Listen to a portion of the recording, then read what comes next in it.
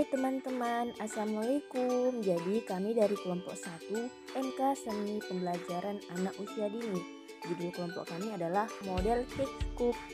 Pematerinya diantara saya sendiri, Yunika Bantin dengan NIM 1902-145 dan Kak Melianda Sukma dengan NIM 1702-10105. Jadi pembahasan kami pertama ialah pengertian dari Higgscope.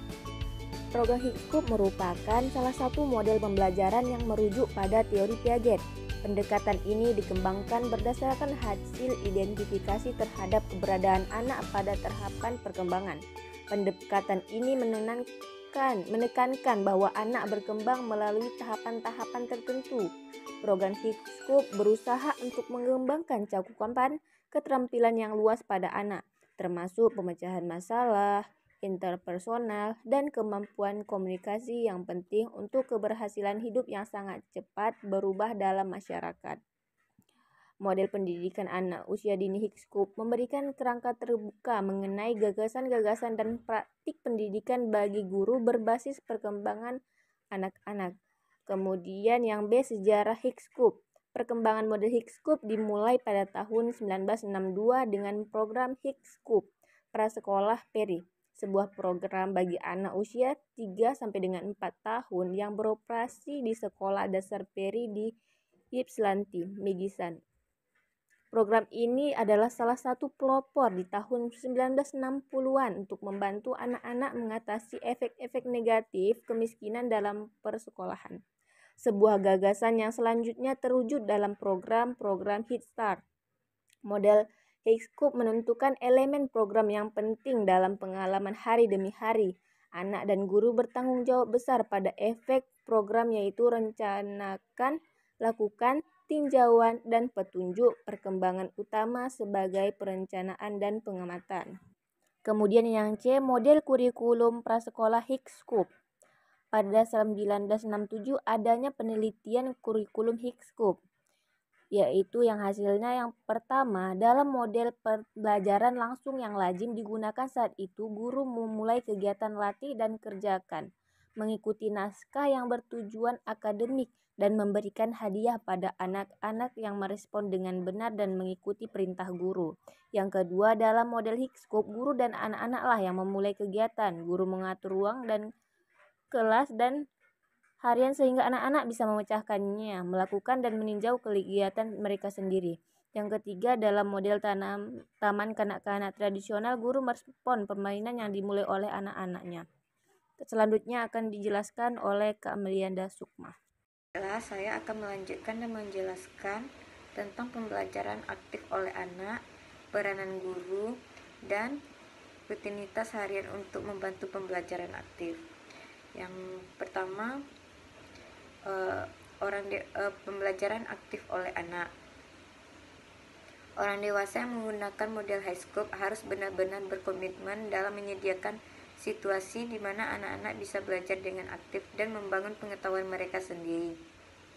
Peranan orang dewasa sebagian besar adalah menyediakan konteks bagi pengalaman ini, membantu anak-anak memikirkannya dengan logis dan melalui pengamatan, memahami kemajuan anak dan menumpang pembelajaran lebih lanjut berdasarkan pada tingkat dan minat perkembangan sang anak. Kemudian peranan guru. Satu aspek penting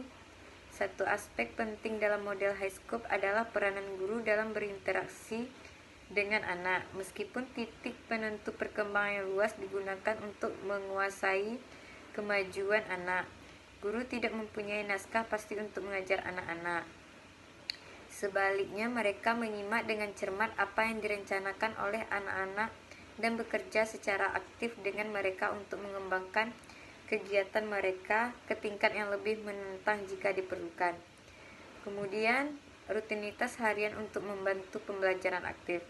Untuk menciptakan lingkungan di mana anak-anak belajar secara aktif, rutinitas harian kelas yang konsisten dijaga dan hanya akan berubah ketika anak sudah mendapatkan pemberitahuan yang adil bahwa ada berbagai hal yang berbeda di hari berikutnya. Berikut ini menjelaskan elemen-elemen dalam rutinitas harian, ada 6. Yang pertama, waktu perencanaan. Anak-anak membuat pilihan dan kebutuhan sepanjang waktu, tapi sebagian besar program jarang membuat mereka berpikir tentang keputusan ini dalam cara yang sistematis atau membantu mereka menyadari kemungkinan dan akibat pilihan mereka. Kemudian waktu bekerja. Peranan orang dewasa selama waktu bekerja pertama-tama adalah melihat bagaimana anak-anak mengumpulkan informasi, berinteraksi dengan teman sebaya, dan memecahkan masalah. Yang ketiga, waktu pembersihan. Waktu pembersihan digabungkan ke dalam siklus rencanakan, lakukan, tinjauan pada bagian yang jelas terlihat. Setelah bagian lakukan, selama waktu ini anak-anak mengembalikan materi dan perlengkapan ke tempatnya yang telah diberi label dan menyimpan proyek yang belum selesai. Kemudian waktu mengingat kembali. Waktu mengingat kembali adalah fase terakhir dari urutan rencanakan, lakukan, tinjauan. Adalah saat di mana anak-anak merenungkan apa yang telah mereka capai atau alami.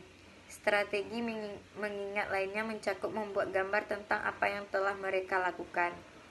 Kemudian, waktu dalam kelompok kecil. Suasana kelompok kecil formal lazim bagi semua guru prasekolah. Guru membuat kegiatan di mana anak-anak berperan serta selama satu periode tertentu. Semua kegiatan ini berdasarkan minat anak-anak, latar belakang budaya mereka, tamasya yang telah dilakukan bersama kelompok, materi baru yang tersedia di dalam kelas, musim yang sedang berlangsung, dan kegiatan kelompok yang sesuai usia seperti memasak dan proyek seni kelompok. Kemudian waktu dalam kelompok besar. Pada waktu kelompok besar, semua kelompok berkumpul dengan orang dewasa untuk bermain, bernyanyi, melakukan permainan dengan jari, melakukan kegiatan gerak dasar, memainkan alat musik, memainkan sebuah cerita yang telah mereka baca atau buat sendiri, atau mereka ulang sebuah acara istimewa. Waktu kelompok besar adalah waktu yang tepat untuk mendukung perkembangan irama yang teratur dengan menepuk lantai atau tubuh mereka sendiri, berbasis, bergoyang, dan bergerak mengikuti suara alat musik yang berkualitas tinggi. Sekian dari presentasi kami, mohon maaf atas segala kekurangan. Kami akhiri, Assalamualaikum warahmatullahi wabarakatuh.